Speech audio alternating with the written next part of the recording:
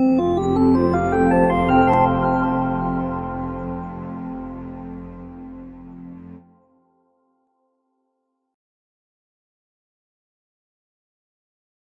going to Andaman Island and landing the plane, Raghavan did not need to go far in search of Netaji. Because Netaji was also near the airport where Raghavan landed. Some ministers of the Indian independence government, and others were standing around him. They looked as if they had come to some very important conclusion. Sadness was seen on everyone's face. Netaji's full moon face was eclipsed by sadness. Captain Raghavan gave the letter he had brought to Netaji. When Netaji read it, a trace of laughter was visible in his sorrowful speech. When he had finished reading, he said, "Ah, that's what everyone says.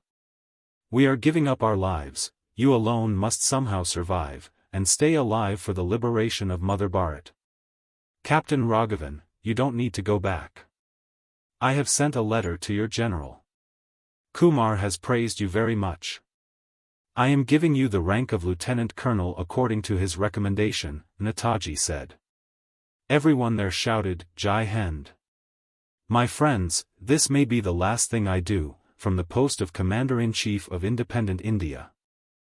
When Netaji said that, one person interrupted, No, Netaji, not a day, the time must come when you will be the great general of independent India. Let's see what happens. My friends, I will say goodbye for now. Wherever I go and whatever I do, I will not forget you all. I will let you know by radio, when I come to a decision about future work. I will speak from Bangkok, Tokyo, or elsewhere. Everyone waits for that news and do accordingly, said Netaji. Let's do so, Netaji. We look forward to hearing their heroic roars on the radio, everyone shouted. Netaji walked majestically, and boarded the waiting plane. The wings of the plane fluttered. The plane started. Round and round it went up. Until it was like a small black dot in the sky. Everyone was looking up, and Colonel Raghavan was also looking up. After handing over the letter to Netaji, he was thinking of telling him his own story, and seeking permission to take revenge on Major General Kumar, but he found that the occasion was not right. It was a time when a great dream of India's independence was falling apart. While everyone else was thinking about something so great, his own thing seemed trivial to him. Although he had seen Netaji before, he had never seen him so closely. At the time of such a great disappointment, Netaji's determination and majesty completely captivated his soul and made him determined that he would do service under the said leader in all his births. When the plane Netaji boarded took off, he felt as if his soul seemed to leave his body on this earth and ascend. Colonel Raghavan was standing still for a while, lost in memory. He didn't even raise his tongue to chant Jai Hind like everyone else. Tears welled up in his eyes.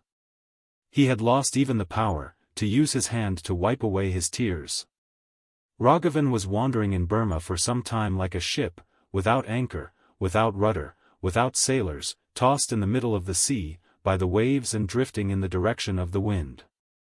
News came that Major General Kumar and the soldiers of the Freedom Army under his command had been captured by the British. No information is known about Captain Revthi. While boarding the plane after the cliffhanger incident, he was unable to believe whether the news that a friend had told him was true or not. Raghavan arrived in the motherland with a troubled heart, filled with confusion, disappointment and grief.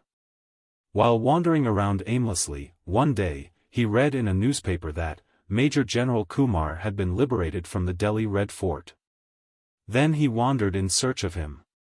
When the search was not complete, he had to spend the night at Rutlam Junction.